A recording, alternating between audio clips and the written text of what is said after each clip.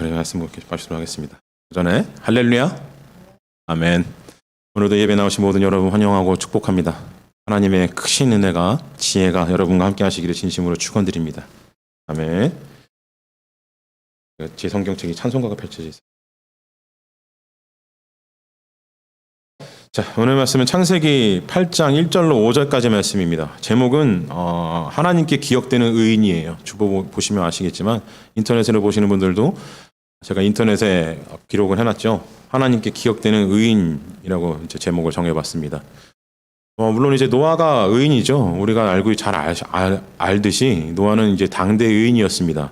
하나님과 동행한다라고 말을 들을 정도로 굉장히 의로운 사람이었죠. 의롭다라는 말이 정말로 하나님께서 의롭다라고 하실 정도였으니까 그냥 사람이 사람 보고 저 사람은 의로운 사람이야라고 하는 정도 수준이 아니라 정말로 이 인간의 범주를 뛰어넘은 인간의 이 모든 욕망과 야망들을 하나님보다 우선하지 아니하는 사람이었던 것이죠. 굉장한 사람이었습니다.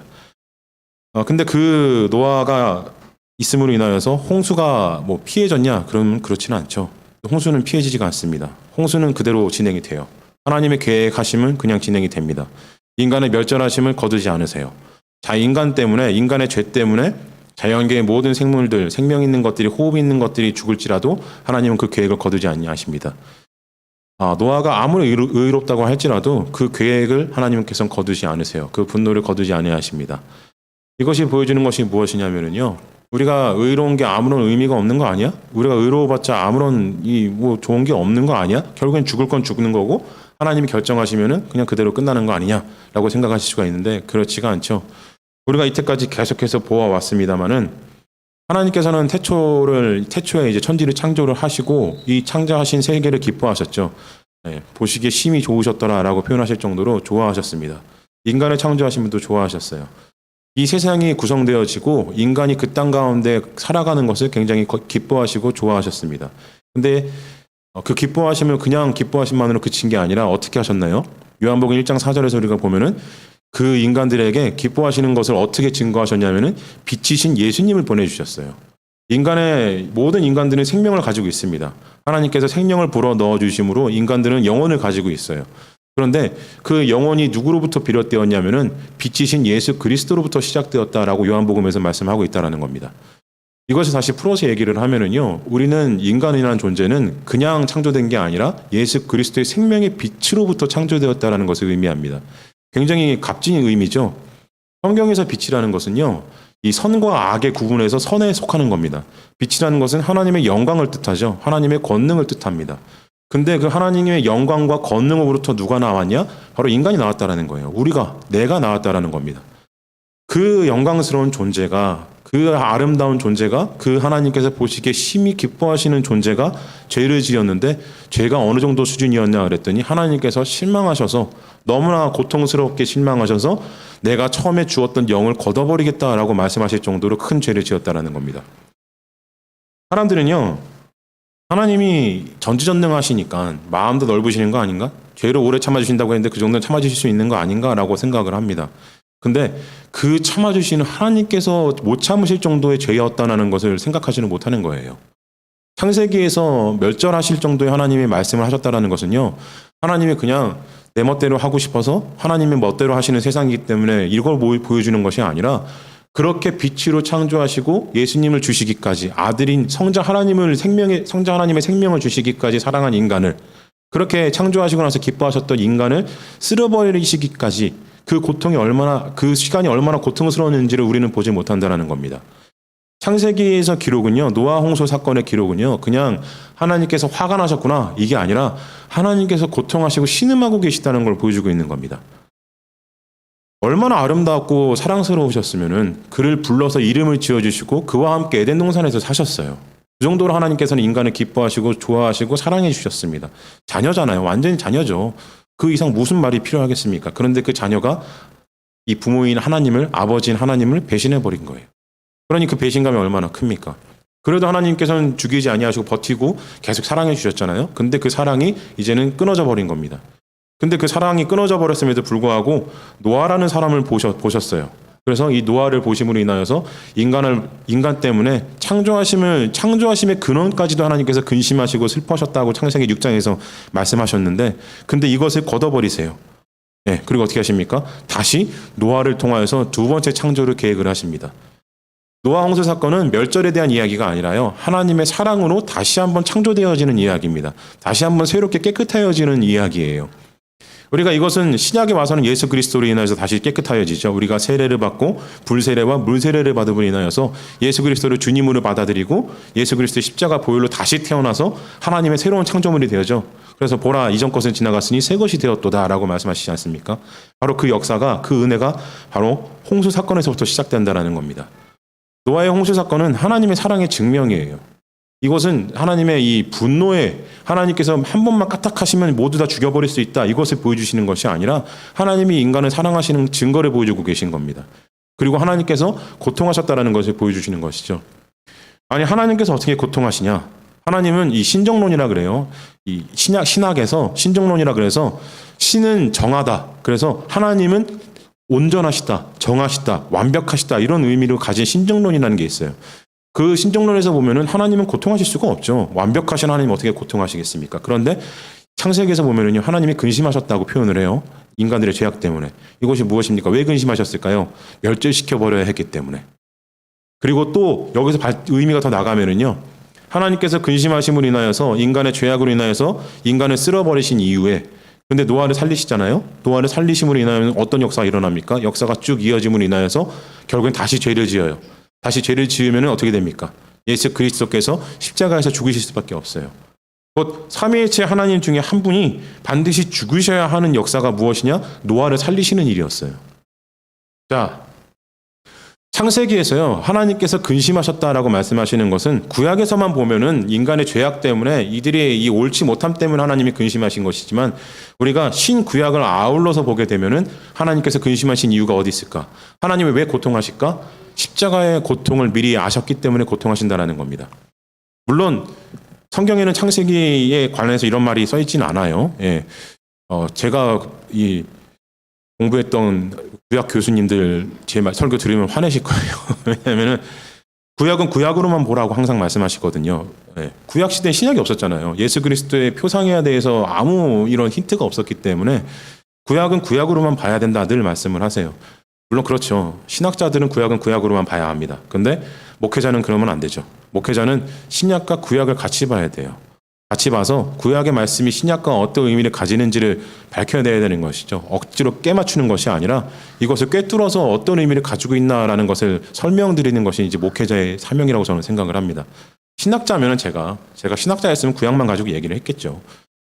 어찌되었든 창세기에서 우리가 노아 홍수 사건에서 볼 수 있는 것은요, 예수 그리스도의 십자가 보혈까지 이어지는 사건을 하나님께서 염두에 두고 계셨다는 걸 생각을 해야 된다는 겁니다. 하나님은 시간에 구애받지 않으시기 때문에 구약과 신약은 나눠서 분명하게 구약은 구약이고 신약은 신약일 뿐이지만, 그러나 하나님의 시간에 있어서는 이것은 끊겨 있는 시간이 아니었어요. 그래서 구약과 신약은 하나님께는 이어지는 시간이었습니다. 그렇게 보면은 창세기의 사건도요, 하나님의 시간에서 역사에서 보면은, 하나님의 시간에서 보면은 한 사건인 것이죠. 예수 그리스도의 십자가의 사건하고 창세기의 창조 사건을 따로 떨어뜨려서 분리해서 생각할 수가 없다라는 겁니다. 이 얘기는 곧 하나님께서 노아를 살리시기로 작정하셨다라는 것은 인간을 다시 한번 기뻐하심으로 두 번째 창조를 하시겠다라고 작정을 하셨다라는 것은요, 성부 하나님께서는 성자인 아들인 성자 하나님을 이 땅 가운데 내려보내셔서 한번 죽게 만드셔야 하는 슬픔을 각오를 하셔야 됐고, 성자 하나님은 그 일을 당신께서 감당하셔야 하는 각오를 하셔야 했습니다. 그리고 성령 하나님께서는 성자 하나님이 그 일이 마치시면은 성자 하나님이 돌아가신 그 빈자리에 인간과 함께 하심으로 하늘 보좌가 아닌 이 땅 가운데 인간과 함께 계속해서 함께 하셔야 된다는 것을 각오를 하신 것이었어요. 곧 노아 한 명 살리는 것 때문에요, 삼위일체 하나님이신 세 분 하나님께서 그 하늘 보좌를 포기를 하시는 겁니다. 그리고 이 땅 가운데 내려오시는 거예요. 성부 하나님은 물론 계속 하늘 보좌에 계시지만, 그러나 아들을 보내셨잖아요. 그리고 성령님도 보내주셨습니다. 하나님의 이 실상과 실체와 하나님의 권능을 다 보내주신 거예요. 우리 더 이상 여기서 무슨 말을 할 수가 있을까요? 이 모든 일을 하나님은 알고 계셨기 때문에, 이 모든 각오를 하나님께서는 하셨기 때문에 근심하시고 고통하셨던 것입니다. 신음하셨던 것이죠. 인간 때문에 고통하신 것이 아니라 인간 때문에 져야 하는 그 짐들 때문에 하나님은 고통하셨다는 거예요. 곧 이 창세기 말씀을 통해서 우리가 보는 것은 하나님의 사랑이기도 하지만 인간의 죄악이 얼마나 하나님 앞에 큰 죄악인지를 알 수 있다는 겁니다. 그냥 하나님 보시기에 불편하신 정도가 아니라 하나님을 근심하고 고통하게 만들었다는 거예요. 그리고 고통이 실제로 일어나죠. 예수님은 십자가에 못 박혀 죽임으로 우리가 이 죄를 모두가 지었다는 겁니다. 우리는 여기서 자유롭지 못해요. 과거에 있었던 일이니까 우리하고 관계없는 일 아닌가? 그냥 이 창세기는 진짜인지 신화인지 모르니까 신화에 불과한 거 아닌가라고 얘기하는 분들도 있어요. 그런데 하나님의 관점에서 본다고 한다면은, 하나님을 믿는 사람이라고 한다면은 하나님의 시간은요 인간하고 달라서 이 줄이 아닙니다. 선이 아니에요. 인간에게 시간은 선이지만, 과정이지만 하나님께는 점입니다. 점. 하나의 점이에요.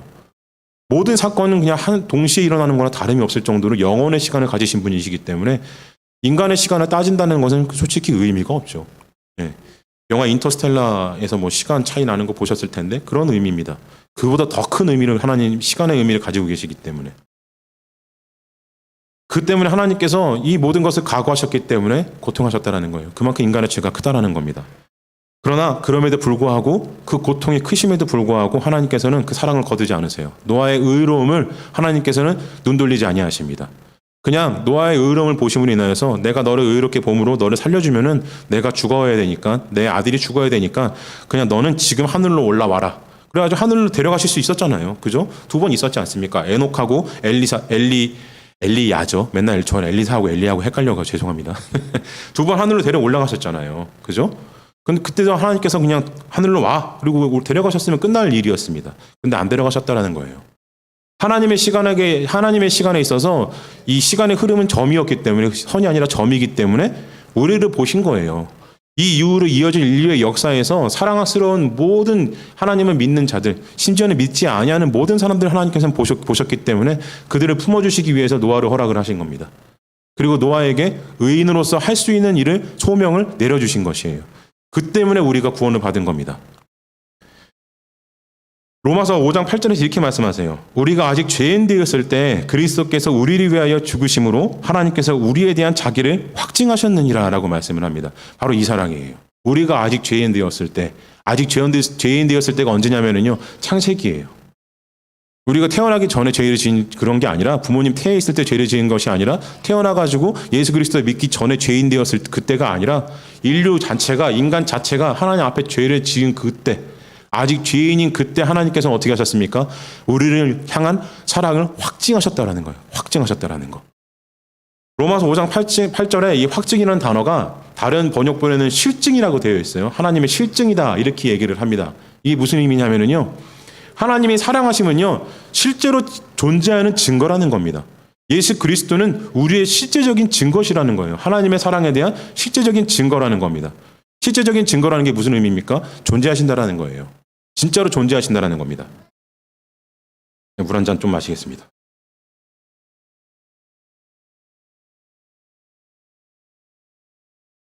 우리 교회는 예배 순서가 좀 짧음에도 불구하고 제가 다 진행을 하기 때문에 이쯤 되면 목이 말라요. 목이 탑니다. 자, 말씀 이어가면은 로마서 5장 8절에서 말씀하신 하나님의 사랑에 대한 확증이라는 것은, 하나님께서 예수 그리스도를 통하여서 우리에게 사랑을 실증해 주셨다라는 의미는요, 하나님의 사랑이 실제적인 증거를 가지고 있다는 겁니다. 실제로 존재하는 증거라는 뜻이에요. 증거가 무엇입니까? 눈에 보이는 거잖아요. 명확한 거잖아요. 예, 범죄를 판단하는 데 있어서, 아니면 어떤 일을 판단하는 데 있어서 증거가 가장 중요한 판단의 근거가 됩니다. 근데 우리가 구원받았다는 근거, 우리가 하나님께 사랑받았다는 근거가 무엇이냐면요, 바로 여기 있다라는 거예요.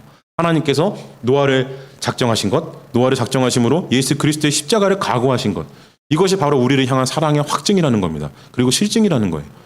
우리는 실제적인 사랑을 받고 있는 존재들이라는 의미를 가지고 있는 겁니다. 그 사랑이 어디서부터 시작되었냐? 바로 오늘 노아 홍수 사건에서부터, 창세기에서부터, 그 이전에는 아담을 창조하실 때부터 이미 시작이 되었다라는 거예요. 이제 유구한 역사 전통을 가진 하나님의 사랑이죠. 네. 원조 맛집, 원조 사랑 맛집, 하나님의 사랑. 그 사랑은 이미 창세기부터 시작이 되었다는 겁니다. 천지 창조에서부터 시작이 된 거예요. 하나님이 왜 기뻐하셨겠습니까? 인간을 창조하심으로 그들을 사랑하셨기 때문에 이 점인 시간 안에서 이미 보신 그 사랑을 이미 주신 거예요. 만약에 인간을 창조하지 아니하셨다면은 예수님은 고통당하실 이유가 없었죠. 우리가 존재하지 아니했다면은 하나님은 고통당하실 이유가, 근심하시고 신음하실 이유가 전혀 없었습니다. 근데 인간을 창조하신 그 이유 때문에 고통하셨다는 것이죠. 근데 하나님께서는 그 때문에 인간을 미워하시거나 인간을 내쳐버리시는 게 아니라 뭐라 그러십니까? 인간의 사랑을 확증하셨대요. 확증. 얼마나 사랑하는지, 그럼에도 불구하고 그 죄를 지었는데도 불구하고 인간에 대한 사랑을 확증하셔서 흔들림 없이 증거를 삼으셨다라는 겁니다. 하나님이 증거를 삼으셨다라는 것은요, 이거는 빼도 박도 못하는 거예요. 누구도 감히 어떻게 범접할 수가 없는 겁니다. 사탄이 아무리 발버둥을 쳐도요, 사탄의 실존이 진짜냐 아니냐 뭐 말이 많습니다만은 뭐 실존한다고 생각을 하죠. 예. 저는 이 경험도 여러 번 있어서, 귀신에 대한 경험도 있어서 사탄의 아무리 발버둥을 쳐도요, 하나님의 사랑은 어떻게 할 수가 없어요. 아무리 뭔 수를 쓰든지 간에 인류의 문명을 발전시키고 재화와 재물을 늘려가지고 살기 편하게 만들어서 인간을 타락시키려고 해도요, 어딘가에는 하나님의 의인이 있다라는 거예요. 노아와 같은 자가. 아무리 발버둥 쳐도 하나님의 사랑의 실증을 분명하게 드러내는 사람들이 있다라는 겁니다. 그 이유가 무엇입니까? 바로 여기에요. 하나님이 사랑을 확증하셨기 때문에. 노아를 통하여서 하나님의 사랑을 확증하시고 실증하여서 우리에게 주셨기 때문에. 그래서 오늘 말씀 8장 1절을 잠깐 보시면은요, 처음에 하나님이 노아와 그와 함께 방주에 있는 모든 들짐승과 가축을 기억하사 하나님이 바람을 땅 위에 불게 하심에 물이 줄어들었고, 자, 이렇게 말씀을 하십니다. 하나님이 인간에게 생명이 되게 하셨을 때 그 코에 바람을 불어넣어 주시죠. 이 성경에서 바람이라는 것은 성령님의 숨결을 의미합니다. 하나님의 숨결을 의미해요. 그래서 하나님의 생명력과 그 능력을 의미합니다. 여기서 8장 1절 후반부에서 하나님이 바람을 땅에 불게 하셨다라는 것은요, 그냥 물을 물러가게 하는 자연 현상을 주셨다, 이런 의미만을 가지고 있는 것이 아니라 하나님께서 모든 것이 다 죽어버린 그 땅 가운데 다시 한번 생명의 기운을 불어넣어 주셨다라는 거예요. 인간을 생명으로 만드셨듯이 땅에 다시 한번 생명의 기운을 불어넣어 주심으로 땅의 두 번째 창조를 명령을 하신 겁니다. 그래서 이제 다시 한번 땅이 회복할 수 있는 그 명령을 비로소 내려주신 것이죠. 이로 인하여서 인간은 이제 다시 살아갈 수 있는 터전을 얻을 수 있게 되는 이 시발점이 되는 것입니다. 이것을 이제 하나님께서 뭐라고 말씀하시냐면요, 옛날 개역 성경에서는요, 하나님께서 노아를 기억하셨다라고 표현을 하실 때 어떻게 기록을 했냐면은 건념하셨으니 이렇게 표현을 합니다. 건념하셨다. 건념하셨다가 무엇이냐면은요, 요즘 이제 개역 개정만 읽으신 분들은 잘 모르실 텐데 옛날 말이에요. 옛날 말인데, 건념이라는 것은 이 보살펴 생각하다라는 의미를 가지고 있습니다. 돌이켜 돌아보아 생각해주다, 이런 의미를 가지고 있어요. 그러니까 기억하다라는 말보다 원래는 건념하다는 말이 더 좋아요. 좋은 말입니다. 네. 또 사랑스러운 말인데 잘 모르는 단어이기 때문에 이제 거의 사어가 되어가는 단어여서 이것을 기억으로 바꿔버렸어요. 원어 성경 그 뜻을 따라가지고 기억이라는 단어로 바꿨는데, 제가 보기에는 건념하다라는 말이 더 좀 어울려요. 왜냐하면은 하나님께서 노아를 여기서 기억하셨다라는 것은 그냥 기억만 하신 정도가 아니라 건념하신 거예요. 돌아보아 그를 보살펴 주셨다라는 것을 여기서 상징하고 있기 때문에. 자, 근데 이 건념이라는 것은요, 제가 이 뜻을 말씀드렸다시피 돌아보아 보살피시는 것이기 때문에, 돌아본다라는 것은 과거를 안다라는 겁니다. 현재도 알고 미래도 알고 있다라는 거예요. 그 사람이 어떻게 살아왔는지, 앞으로 어떻게 될지를 알고 있는 가운데, 야, 얘는 될 만한 사람이구나, 싹수가 있구나, 그랬을 때 건념해 주는 겁니다. 그래서 돌보아 주는 거예요. 뭐 공부를 열심히 잘하는 친구가 있는데 집이 가난해서 못하면은 그 친구를 도와주는 게 바로 건념하는 것이 되는 것이죠. 하나님께서 노아를 살려주셔가지고 그를 기억하신 것은요, 그냥 기억만 하신 것이 아니라 건념하신 겁니다. 하나님께서 바람을 불어넣으셔가지고 생명의 새 땅에 새 생명을 불어넣으셔서 노아가 살 수 있는 터전을 마련해 주시고, 두 번째 창조를 상징하심으로 인하여서 이제는 이전과는 다른 인간의 모습을 허락을 하셨죠. 이것은 건념이에요. 기억만 하신 것이 아니라. 이 단어가 여러 번 사용이 됩니다. 창세기 이제 9장에서 무지개 언약을 맺으실 때, 그때도 하나님께서 기억을 하신다고 표현을 하시는데, 그것도 원래는 건념하시는 거예요. 그리고 19장에서는 아브라함이 등장을 해요. 이 소돔과 고모라 멸망 가운데 있는 그 뒤에 하나님께서 아브라함을 기억하셨다, 생각하셨다, 개역개정에서 생각하셨다라고 표현을 하는데, 원래는 건념하셨다라고 해야지 더 맞습니다. 그리고 나중에 이제 라헬이 아들을 못 낳아가지고 한탄하죠. 그때 하나님께서 라헬도 생각하셨다라고 표현이 되어 있어요. 같은 단어입니다. 근데 건념하셨다가 더 맞는 말이에요.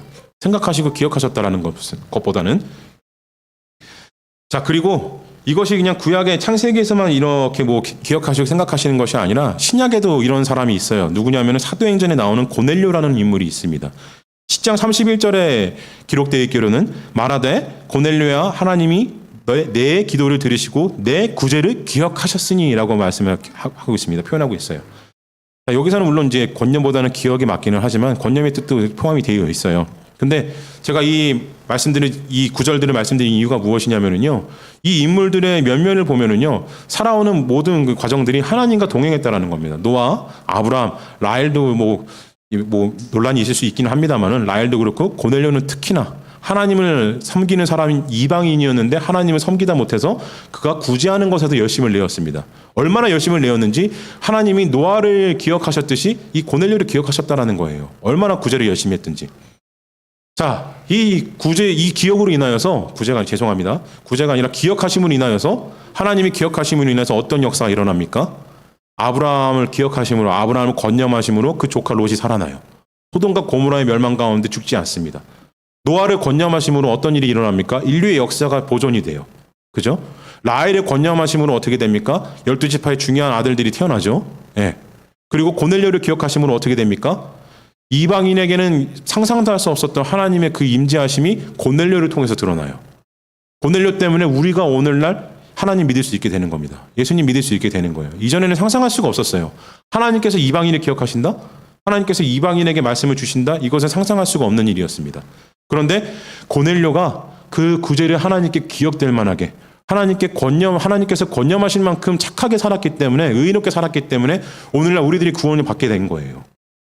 자, 여러분, 이 권념의 모습을 보여주는 것이 무엇이냐면요, 바로 이것이에요. 나는 그냥 나만 의롭게 살았을 뿐인데, 나는 내가 의로운 것을 따라야 됐기 때문에 하나님의 말씀을 따라 의롭게 살았을 뿐인데 내 의로움이 다른 사람을 구원해냅니다.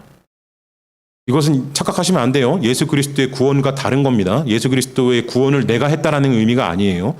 내가 의롭게 삶으로 인하여서 하나님의 의, 예수 그리스도의 의를 드러낸 삶으로 인하여서 그 의가 내 이웃을 구원해낸다는 겁니다. 구약의 모든 믿음의 선지자, 이 선배들이, 믿음의 선조들이 그들의 의로움을 인하여서 많은 사람들을 구원해냈듯이, 오늘날 고넬료의 의로움을 인해서 우리가 구원받았듯이 우리의 의로움은 다른 이웃들을 구원해낼 수 있다는 겁니다. 굉장히 중요한 일이죠. 이 의로움은 로마서하고도 연관이 되기 때문에 로마서에서 말씀을 드리면 더 좋겠지만 너무 시간이 오래 걸리니까요. 그냥 잠깐 짤막하게만 말씀드리면은 로마서 8장 19절에서 이렇게 말씀하세요. 피조물에 고대하는 바는 하나님의 아들들이 나타나는 것이니 라고 말씀을 하고 있습니다. 자, 이게 무슨 뜻이냐면요. 노아가 본인이 의롭게 살았어요. 노아의 아들들이 의롭다고 기록이 되어 있습니까? 노아가 아들들을 의롭게 키우기 위해서 교육하였다 뭐 이런 게 기록이 되어 있나요? 안 돼 있어요. 노아만 의로웠어요. 근데 노아만 의로움으로 인해서 그 아들들이 구원받고 그 며느리들이 구원받고 그 며느리들과 아들로 인해서 어떻게 됩니까? 인류가 보존이 돼요. 자, 모든 피조물들이 하나님의 아들들이 나타나기를 고대한다는 로마서 8장 19절의 말씀이 무슨 의미냐면요. 바로 이거예요. 의인 한 사람이 의롭게 사니까 모든 피조물들이 살아납니다. 죽음밖에는 없었던, 물밖에는 차 있지 않았던 이 땅이 노아의 의로움을 인하여서 생명력이 다시 한번 활기차게 활동하기 시작을 해요. 그 때문에 모든 피조물들은 살아납니다. 그래서 모든 피조물들이 하나님의 아들들이 나타나게 기대하는 거예요. 아들이라는 것은 진짜 남자만 의미하는 게 아니라 옛날 성경이 기록이라서 그래요. 모든 인간을 의미하는 겁니다. 아담이란 뜻이에요. 모든 사람. 그래서 모든 의로운 사람들이 드러나기를 기대한다는 거예요. 왜 기대합니까? 그 의인들로 인하여서 하나님이 세상을 권념하시기 때문이에요. 하나님이 그 의인들로 인하여서 모든 피조물들을 권념하시기 때문입니다. 그 의인들로 인하여서 하나님께서 믿지 아니하는 모든 이웃들을 권념하시기 때문이라는 것이죠. 우리가요, 고통 가운데 살아갈 때, 우리가 이 슬픔 가운데 있을 때 하나님 왜 내게 이런 고통을 주십니까? 라고 말들 많이 하죠. 저도 그래요. 예, 왜 나를 이런 고통 가운데 밀어 넣으십니까? 왜 이 신음을 듣지 아니하십니까? 왜 건져주지 아니하십니까? 왜 살려주지 아니하십니까? 왜 낫게 하지 아니하십니까? 불평 불만 많이 하죠. 투정 많이 해요. 그런데 여러분, 오늘 우리가 이 역사를 보면은요, 노아를 비롯한 고넬료까지 이어지는 모든 의인들의 삶을 보면은요, 그들이 하나님이 그들을 통하여서 그들의 삶을 보장하셨습니까? 아니죠. 그들의 삶만이 아니라 그들의 삶에서 엄청나게 많은 사람들을 구원해 내신 거예요. 작게는 한 명이라고 할지라도. 그죠? 아브라함이 롯을 구해서 어떻게 됩니까? 롯의 가문이 보존되는 거잖아요. 그죠? 라헬의 아들을 낳아서 어떻게 됩니까? 12지파가 완성이 되어서 오늘날 우리들까지 이어지는 믿음의 계보가 이어지지 않습니까? 고넬료를 통하여서 그 한 사람의 삶이 하나님께 구원받은 인연에서 모든 이방인들이 하나님 믿게 되는 거예요. 이 역사가 일어나는 이유가 어딨냐면요. 하나님이 권념을 하셔가지고 그의 삶과 그리고 그에게 연관된 모든 사람들의 삶을 권념하실 때는요. 그냥 공짜로 일어나는 일이 아니라는 겁니다. 내가 하나님께 권념받을 만큼 의로운 자인가를 돌아봐야 된다는 거예요. 노아만큼 의롭게 불릴 수 있는 장가, 고넬료만큼 하나님께 기억될 만한 장가라는 걸 계속 기억해 봐야 돼요. 하나님께 불평불만하기 전에 하나님이 왜 내게 능력을 안 주실까? 라고 고민하기 전에 내가 하나님께 드린 게 무엇인지를 고민해야 된다는 겁니다. 돈 내라는 의미 아니에요. 절대 그런 의미 아닙니다. 하나님께서 원하시는 건 돈 따위가 아니에요. 우리에게 원하시는 것은. 바로 고넬료와 같은 사람. 마음을 드리고 내게 있는 작은 것이라도 이웃들과 나눌 수 있는 사람. 이런 사람들을 하나님께서 기다리신다는 것이죠. 그런 삶을 하나님께서 돌아보신다는 거예요. 그런데 하나님께서 응답을 주지 아니하시고 침묵하실 때는요. 여러 가지 이유가 있겠습니다만은 물론 시험하실 때도 이길 수 있는 힘이 있기 때문에 기다리시는 이유도 있기는 합니다만은 하나님께서 시간을 주시는 것이 있어요. 무슨 시간? 정말로 내가 의로운지 나의 의의를 돌아보라고 하나님께서 시간을 주시는 것일 수 있습니다. 좋으신 하나님께서는 그 시간을 주시는 가운데 제가 의롭지 못하였습니다. 불의하였습니다라고 회개하는 자에게 그래 이제 너 불의한 거 알았으니까 너는 그대로 죽어버려. 이렇게 하시겠습니까? 그러지 않으시다라는 거예요. 우리가 돌이켜 회개하는 그 순간 우리를 어떻게 하십니까? 바로 여기서 로마서의 신미한 이 신묘막직한 의미가 드러나죠. 이신칭의. 하나님께서 우리가 돌이키는 그 순간 우리를 의롭게 여겨주심으로 인하여서 의인이 아닌데 의롭게 여겨지잖아요. 그래서 우리는 하나님의 권념하심을 받게 되는 겁니다. 근데 왜 우리가 고통 가운데 신음합니까? 왜 우리가 삶이 이렇게 빡빡하고 어려울까요? 바로 우리의 의의가 하나님께 닿지 못하고 있다는 거예요.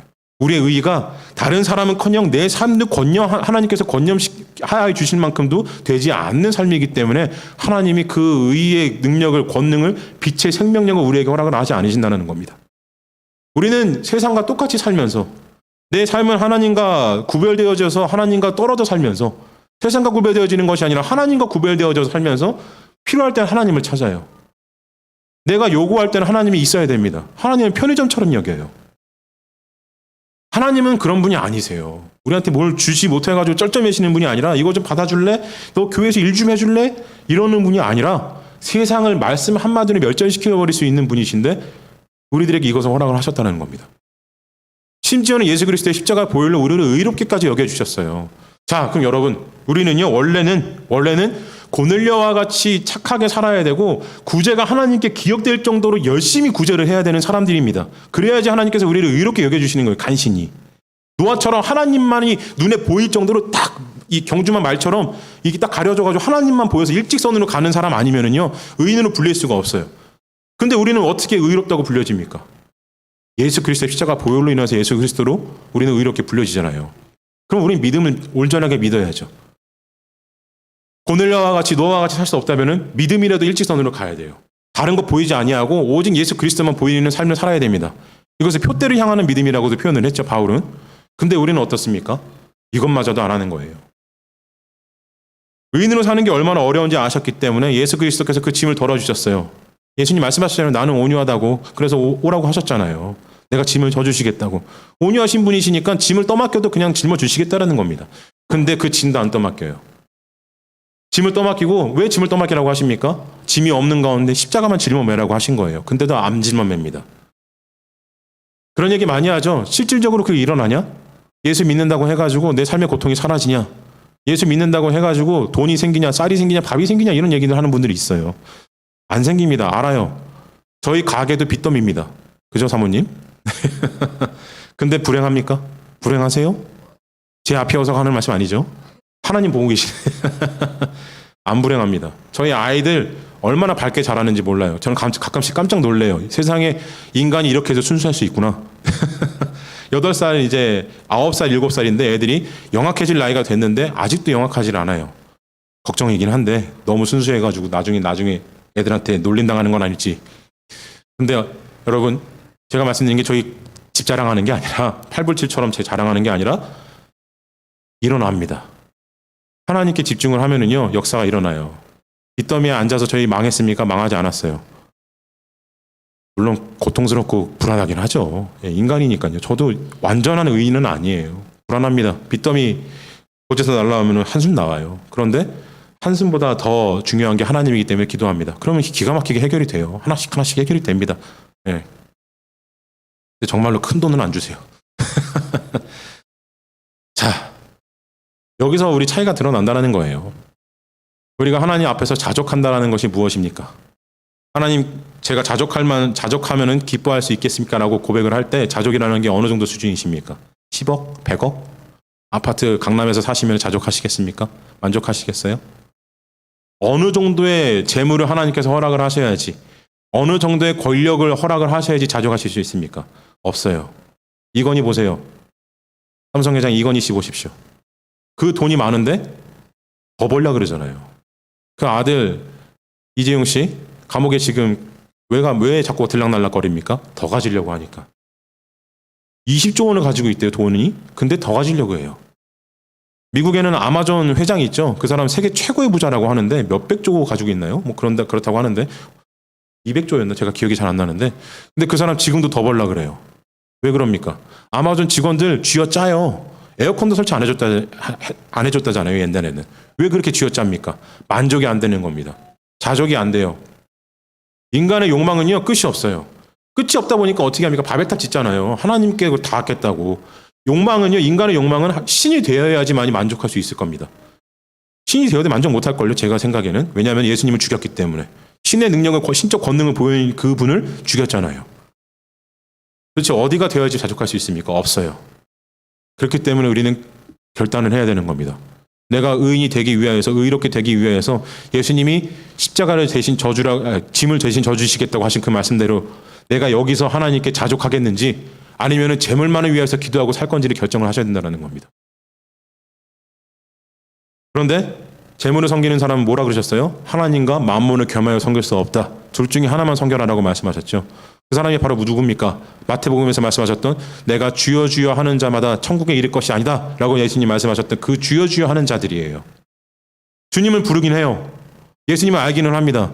믿음의 주로 고백을 하기는 해요. 그런데 그 마음속에는요, 탐심만 가득해요. 욕심만 가득합니다. 그 사람의 평생의 표대는 예수 그리스도가 아니라 재물이에요. 물질입니다. 다른 사람을 건념하기 위해서 사는 삶이 아니라 나만 잘 먹고 잘 살면 되는 삶인 거예요. 그 사람에게 하나님이 역사를 일으키시겠습니까? 아니요. 제가 대학교 시절부터 신학생 이전부터긴 해요. 교회에서 부자들 모셔놓고 간증하는 거 너무 싫어했던 이유가 바로 이거예요. 성경을 읽다 보니까, 고등학교 때, 중학교 때 성경을 열심히 읽다 보니까 가난하라고 하시는데, 가난한 자가 복이 있다고 하시는데 교회에 와가지고 복 받았다고 간증하는 사람들은 다 부자예요. 연예인들 모셔놓고 초청해가지고 간증 듣고 그런 하죠. 예. 제가 사역했던 교회에서 사역이 아니죠. 제가 그 소속했던 모교회에서 한번 어떤 연예인을 초청을 했어요. 예. 근데 그 연예인이 저희 교회가 작은 교회다 보니까요. 작은 교회다 보니까 그 연예인이 간증하는데 간증 비용을 달라 그래요. 연예인들 간증 비용 냅니다. 이러면 공짜로 안 해요. 간증 비용을 달라 그러는데 너무 액수가 커서 교회에서 조금 깎아달라고 얘기를 했어요. 교회 사정을 얘기를 하면서 우리 교회가 작은 교회여서 사정이 좀 이렇다. 좀 깎아주시면 안 되겠냐. 그랬더니 그 사람이 뭐라 그랬냐면 절대 그럴 수 없다 그랬어요. 가계약을 하고 날짜가 잡혀 있는 상황이었습니다. 광고가 다 나간 상태였어요. 교회에서는. 안 할 수가 없잖아요. 교회 사정을 얘기를 했는데도 불구하고 그러면 차라리 안 가겠다 그랬어요. 그 사람이. 간증 집회를 안 가겠다고. 다른 사람 찾아보시라고. 흥정해요. 간증 가지고 흥정합니다. 제가 그 일을 제가 직접 알아요. 왜냐하면 교회에서 일을 열심히 하다 보니까요. 교회에서 살다시피 하는 청년이었다 보니까 목사님들이 맨날 부르셔서 일 시키시고 그러셨거든요. 그래서 교회에서 제가 그 일하다가 내가 왜 이거를 갖다가 청년 신분으로 하고 있지? 나도 차라리 목사가 돼야 되겠다.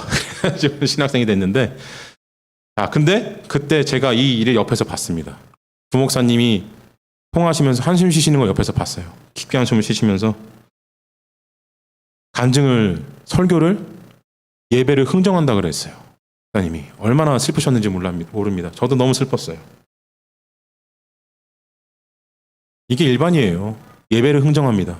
가격 따져요. 그게 복받은 사람입니까, 여러분? 여러분 보시기에 그분들이 복받은 분들 같아요? 제가 볼 때는요, 이미 그 사람들은 나팔이 다 불려졌어요. 그들이 가지고 있는 것들로 나팔이 다 불려졌습니다. 하늘나라 가면 나팔이 있다고요? 아니요. 저는 솔직히 말씀드리면 그렇게 흥정하는 사람들이 정말 천국갈까? 이 생각 들어요. 제가 판단한 일이 아니기 때문에 제가 뭐라고 말씀을 못 드리겠습니다만은 저는 모르겠어요. 그 사람들의 구원에 대해서 그 사람들이 저희 교회의 교인인데 그렇게 사는 거 제가 알고 있는데 저한테 와가지고 목사님, 전도사님 제가 구원 받을 수 있을까요? 솔직하게 말씀드릴 거예요. 모르겠습니다. 말씀 흥정하시는 당신이 천국 가실 것 같으세요? 혼자 한번 생각해 보십시오. 이렇게 말씀드릴 거예요. 주여. 자, 이런 일들이 왜 일어납니까? 하나님 분명히 가난하라는 자가 복이 있다고 제가 지난주에 말씀드렸잖아요. 가난한 자가 복이 있다. 가난한 자가 구원받는다고 말씀하셨는데 왜 우리는 자꾸만 많이 가지려고 하고 복을 많이 받는 사람이 하나님께 복 받았다고 생각을 합니까? 왜 재물 많은 사람이 하나님께 복 받았다고 생각을 하나요? 왜 높이 올라가고 이 권력을 많이 가진 사람을 복 받았다고 생각을 할까요? 말씀 때문에 그래요. 그것도. 요한복음 14장 12절에서 이렇게 말씀하셨어요. 내가 진실로 진실로 너희에게 이르노니 나를 믿는 자는 내가 하는 일을 그도 할 것이요. 또한 여기가 중요합니다. 그보다 큰 일도 하리니 또한 그보다 큰 일도 하리니. 이 말씀 때문에 그래요. 예수님의 권능을 받아서 예수님보다 큰 일을 하게 될 거니까. 예수님은 이스라엘이라는 그 지역에 한정되어서 사역을 하셨지만, 가난하게 사역을 하셨지만, 나는 하나님의 선택을 하셔가지고 예수님의 능력을 받았으니까 나는 선택받은 자로서 큰 일을 하니까 큰 복을 받아가지고 예수님보다 큰 일을 하는 사람이야. 그러니까 나는 간증하고 다니는 거야. 이렇게 얘기를 생각을 하는 겁니다. 근데 제가 말씀 안 드려드리는 게 있어요. 이 뒷부분에 또 있습니다. 예수님께서 이어서 뭐라고 말씀하셨냐면요. 또한 그보다 큰 일도 하리니 그 뒤에 이는 내가 아버지께로 감이라. 아버지께로 감이래요. 예수님이 아버지께로 가는 필수 조건이 있습니다. 무엇인지 아시죠? 무엇입니까? 십자가예요. 십자가에서 죽고 살아나셔야지 아버지께로 가실 수 있었습니다. 예수님이 이걸 감당을 하셔야지만이 아버지께로 가실 수 있는 일이었어요. 예수님께서 십자가 달려 죽고 부활하신 이후에 아버지께로 가시면은 그때 어떤 일이 일어납니까? 예수님보다 큰 일을 할 수 있는 권능을 우리가 받게 돼요. 곧 하나님의 권념을 받게 되는 겁니다. 근데 이것이 상징하는 것이 무엇입니까? 예수님이 십자가에 달려 죽고 부활하셨잖아요. 하나님의 소명을 감당을 하셨습니다. 자신을 희생시키셔가지고 자신을 버리심으로 우리를 권념해 주셨어요. 근데 그보다 큰 일을 하겠다. 이 말씀은 무엇입니까? 너네도 죽을 거란 얘기예요. 너네도 십자가에서 죽을 거란 얘기입니다. 근데 돈 많은 사람이 그보다 큰 일을 한다고요? 권력이 많은 사람이 그보다 큰 일을 한다고요? 아니에요. 아닙니다. 벤츠 끌고 다니면서 불우이웃 돕기 조금 한다고 하나님의 권념을 나타내는 사람입니까? 아니요. 자기 먹고 살 거 충분히 있는 가운데 벤츠도 타고 강남의 이태원에 의리의리한 그런 빌라에 살 수 있는 정도의 능력을 가지고 있는 가운데 남는 돈으로 불이웃 돕게 하는 거예요. 그리고 말하죠. 나는 또 더 벌 수 있으니까 괜찮아.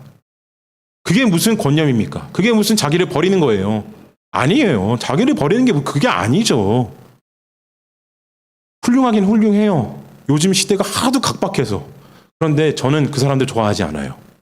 그렇게 훌륭하게 칭찬받는 사람도 좋아하지 않습니다. 제가 아는 분들은 진짜로 모든 걸 다 바쳐서 하나님 사랑하고 진짜로 모든 재산 다 처리하셔가지고 이웃 돕고 사시는 분들 알고 있기 때문에. 근데 우린 그런 사람들 좋아합니다. 그리고 기도하죠. 그렇게 되기를. 근데 예수님 그런 말씀 하신 적이 단 한 번도 없어요. 성경에서. 단 한 번도 그런 말씀 하신 적이 없습니다. 필요한 걸 아시기 때문에 하나님께서 너희가 필요한 걸 하나님께서 주신다니까 걱정하지 마라라고 말씀하셨지만 필요한 걸 아신대잖아요.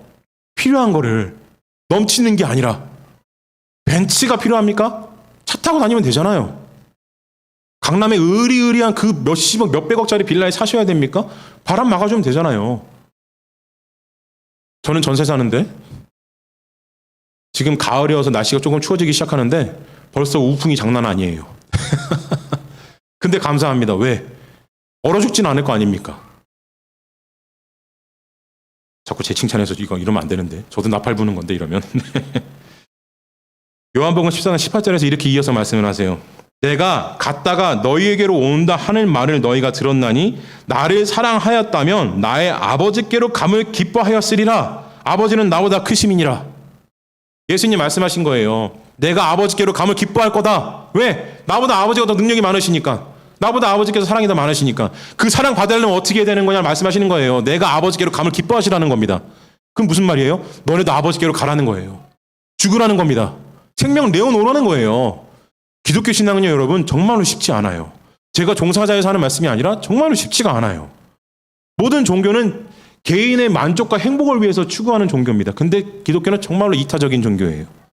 이타가 빠지면은요, 종교로서의 의미도 신앙으로서의 가치도 없어요. 이웃을 사랑하는 마음이 없으면은요, 아무런 의미와 가치가 없습니다. 내가 왜 의인으로 살아야 됩니까? 하나님의 두 가지 율법을 지키기 위해서잖아요. 예수님께서 주신 큰 두 계명 무엇입니까? 하나님 사랑과 이웃을 이루기 위해서.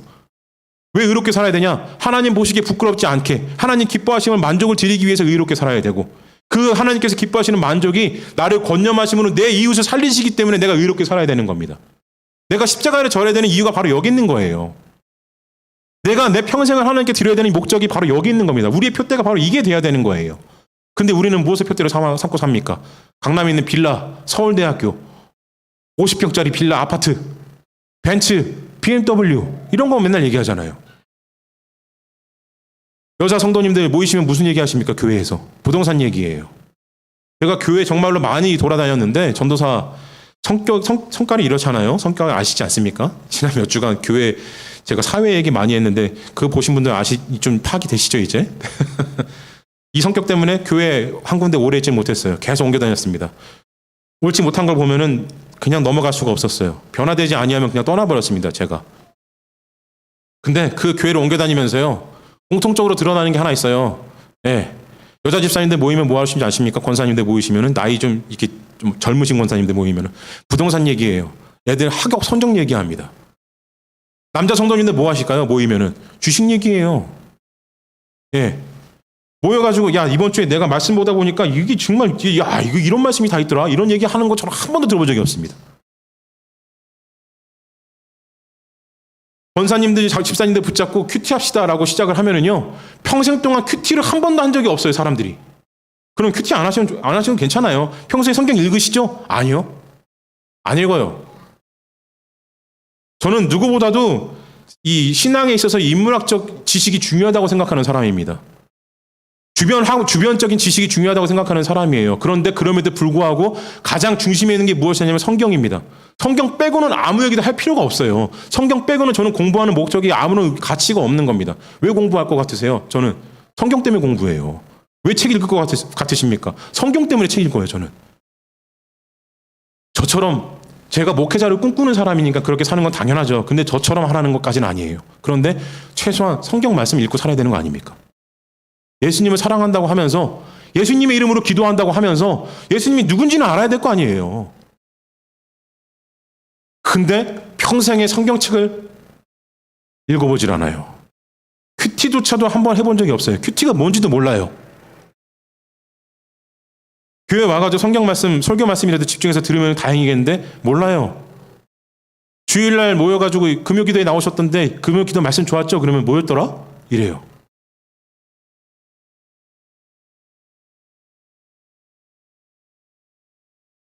자, 여러분, 우리가 왜 하나님께 고통당합니까? 하나님께서 고통을 주시기 때문에 아니에요. 하나님이 우리를 버리셨기 때문에 아닙니다. 안 버리셨어요. 노아를 사랑하신 분이나 지금까지 사랑해주고 계시잖아요. 그 증거를 실증해 주셨잖아요. 예수 그리스도의 십자가 보혈로. 그렇게 사랑하시는 우리를 왜 고통 가운데 버려두시겠습니까? 왜 우리가 고통 가운데 신음해야 되고 우리 삶은 이렇게 뻑뻑해야 됩니까? 우리가 짧아요. 하나님의 팔이 짧으신 게 아니라 우리의 믿음이 너무나 짧습니다. 우리의 마음이 너무나 완악해서 마음 가운데 품고 있는 것은 사랑이 아니라 내 욕망밖에 없어요. 하나님이 기뻐하실 만한 것이 하나도 없습니다. 요한복음 16장 7절에서 이렇게 말씀하셨습니다. 그러하나 내가 너희에게 실상을 말하노니 내가 떠나가는 것이 너희에게 유익이라. 내가 떠나가지 아니하면 보혜사가 너희에게로 오시지 아니할 것이요 가면 내가 그를 너희에게로 보내리니 라고 말씀을 하십니다. 자, 이 말씀이 뭐냐면요, 예수님께서 오셔서 신적 권능을 보여주셨습니다. 하나님의 성부 하나님의 능력을 보여주셨어요. 그리고 십자가에 죽고 부활하심으로 돌아가실 거 예수님께서 알고 계셨어요. 근데 돌아가시고 나면 다시 맥이 끊겨버리잖아요. 하나님의 권능의 능력이 끊겨버립니다. 그럼 이걸 어떻게 해야 됩니까? 보충해 주셔야 되잖아요. 보완해 주셔야 되잖아요. 그분이 바로 보혜사 성령님이세요. 근데 보혜사 성령님이 오시는 조건이 바로 예수님이 십자가에서 죽으시는 것이었습니다. 쉽게 말씀을 드리면요. 간략하게 이걸 요약을 하면은요. 성령님의 권능을 우리에게 허락해 주시기 위해서 예수님이 십자가에 죽으신 거예요. 예수님의 죽으심으로 인하여서 우리가 권념받은 겁니다. 자, 노아가 바로 이 모습이에요. 노아가 그가 의롭게 삶으로 인하여서 지금까지 이어지는 이 구원의 계보를 잇게 될 거라는 것은 몰랐어요. 노아는 그냥 자기의 의무이기 때문에 의롭게 살았습니다. 이걸 다시 바꿔 말하면 뭐냐면요, 노아는 전혀 계산이 없었다라는 거예요. 아무런 계산이 없었습니다. 오직 하나님만 본 거예요. 여러분, 우리 하나님만 보시고 사십니까? 사랑하는 성도 여러분, 예수님만 보이세요? 막 눈이 뒤집힐 정도로 예수님이 막 좋아가지고 어쩔 줄 모르시겠어요? 아니죠. 여러분, 첫사랑의 그 마음 어디 갔습니까? 왜 첫사랑을 기억하라고 하시는데 안 하세요? 첫사랑을 지나가면 그냥 추억으로 묻어야 되는 거 아니야? 이렇게 생각하시는 분들도 계세요. 다시 새롭게 마음을 품어야지.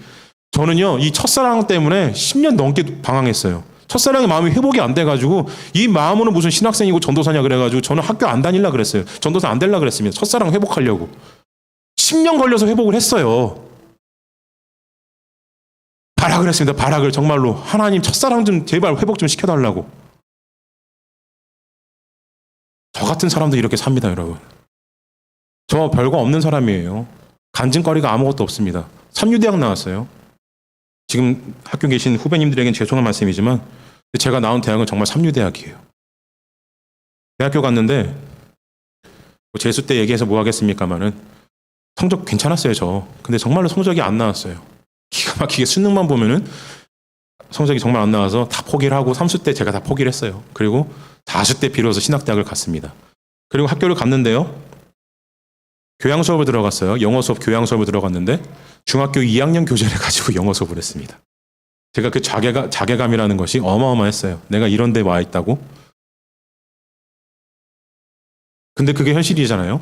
아, 시간이 지나고 깨닫기로는 그래, 내가 여기에 걸맞는 인간이지. 내가 삼류잖아. 내가 누구를 지금 삼류라고 욕하겠어. 그리고 거기서 공부를 열심히 시작을 했습니다. 지금까지 온 거예요. 여러분, 객관적으로 볼 때요, 저는 누군가가 불러서 간증을 시킬 만한 사람이 아닙니다. 부자도 아니고 권력도 없고 학벌도 좋지 못해요. 설교 짧게 하기도 하나 설교 한 번 하면 40분씩 하잖아요. 아무런 별로 좋은 사람이 아닙니다. 근데요, 제 삶은 평탄해요. 저로 인하여서 교회가 세워졌잖아요. 저는 이게 너무 기뻐요. 아직 여기 뭐 소속되는 사람들이 없다고 할지라도 저는 그게 너무 기쁩니다. 제가 제 손으로 교회를 만들었다라는 게, 이 교회를 하나하나 제 피와 땀이 정말 여기 곳곳에 묻어있다라는 게 저는 너무 자랑스러워요. 우리 아이들을 구원으로 인도했다라는 게, 저희 아내와 저희 장인 장모님 이제 막 시작하시긴 하지만 그분들을 교회로 이끌어낼 수 있는 발판을 마련했다는 게, 저희 어머니 교회에 정착하실 수 있게 발판을 마련했다는 그 사실 자체가 저는 너무나 기뻐요. 제 삶으로 인하여서 제 주변에 있는 사람들이 권념받기 시작했다는 게 저는 너무 기쁩니다. 그래서 우리 가족은 기뻐요. 기쁨이 넘칩니다. 웃음이 끊이지 않아요. 가끔씩은 정말로 야, 이 밑에 지어서 욕먹는 거 아닐까 싶을 정도로 크게 웃음소리가 터져나와요, 집에서. 그게 어쩌다 한 번이 아니라 매일 그럽니다. 네. 어떻게 이렇습니까, 여러분? 돈 많은 이건희가 행복하고 즐겁고 기쁘게 이재용하고 이렇게 막 에이 아빠 왜 이래 막 이러면서 살 것 같으세요? 큰 아픔도 겪었잖아요. 따님이 그 타지에서 운명을 달리하시는. 사랑하는 성도 여러분, 하나님께서 우리에게 원하시고 바라보시고 우리를 판단하는 기준은요, 우리의 성공의 가치가 아닙니다. 우리가 판단하는 많은 것의 가치를 하나님께서는 두질 않으세요. 오로지 내가 하나님 앞에서 어떻게 의롭게 살았는가를 보십니다. 그리고 그 의로움을 인해서 누구에게 권념할 수 있는 그 능력을 끼쳤는지를 하나님께서 보신다는 거예요. 하나님께서 노아를 권념하심으로 인해서 모든 일을 권념하셨듯이 여러분의 삶을 통하여서 누가 권념할 수 있는지, 하나님께서 권념하시고자 하는 자가 누군지를 드러내 보였는지를 하나님께서 기억하신다는 겁니다. 그 일은요, 그냥 이루어지지 않아요. 내 성공이 이루어지지 아니하고 내 삶을 드릴 때, 내 생명을 드릴 때 일어나는 일입니다. 예수님이 우리를 구원하시기 위해서 생명을 주셨듯이, 예수님의 생명이 아니고서는 우리의 생명을 회복하실 수 없으셨듯이 우리가 그 길을 따라가야 돼요. 더 크신 아버지께로 우리가 나아가야 됩니다. 우리도 따라가야 돼요. 내 생명을 드림으로, 내 생명을 태움으로. 사랑하는 성도 여러분, 지금 삶에서 고통당하고 계시면은요, 여러분의 삶을 부정하는 게 아닙니다. 한 번 더 돌아보십시오. 하나님을 원망하시기 전에 그 원망하는 원망이 왜 나오겠습니까? 내 믿음이 짧기 때문에 원망이 나오는 거예요. 돌이키십시오. 하나님, 그리하지 아니하실지라도 혹은 그럼에도 불구하고 저는 감사하겠습니다. 그럼에도 불구하고 하나님만 믿고 따라가겠습니다라고 붙잡고 늘어지시면은요, 하나님께서 응답을 주실 것입니다. 권념하실 거예요. 그 시간이 얼마나 걸릴지는 저도 장담을 드릴 수가 없어요. 제가 하나님이 아니잖아요. 저는 천사도 아니잖아요. 저는 10년 넘게 걸렸어요. 좌절하지 마십시오. 저같이 쓸모없는 자도 하나님께서는 안 버리십니다. 건져내주세요. 아무런 미래가 보이지 않을 것 같았던, 교회도 나오지 말라고까지 얘기가 들었던 저도 하나님께서 들어주셔서 이 교회를 짓는 일을 맡기셨잖아요. 노아와 같이 방주 짓는 일을 맡기셨지 않습니까? 그런데 하물며 평생을 하나님만 아시고 사신 여러분, 교회도 벗어나신 적 없고 하나님을 부정한 적도 없는 여러분 하나님께서 버리시겠습니까? 아니요. 저보다 여러분은 뛰어나신 분들이기 때문에, 저보다 믿음이 더 훌륭하신 분들이기 때문에 여러분이 돌이키시는 그 순간 하나님은 여러분을 의인으로 부르실 겁니다. 그리고 여러분을 권념하실 거예요. 그러니 삶의 고통 가운데 계실 때, 삶의 힘듦이 여러분을 짓누를 때 하나님께 나아가십시오. 하나님을 원망하지 마시고 하나님을 의지하세요. 기도하시는 가운데, 애통하는 가운데 하나님께 나아가시면 하나님께서 여러분에게 분명한 응답을 주실 겁니다. 그 은혜가 여러분은 오늘도 내일도 그리고 어제도 살게 하신 그 하나님의 은혜가 여러분에게 영원토록 함께 하실 겁니다.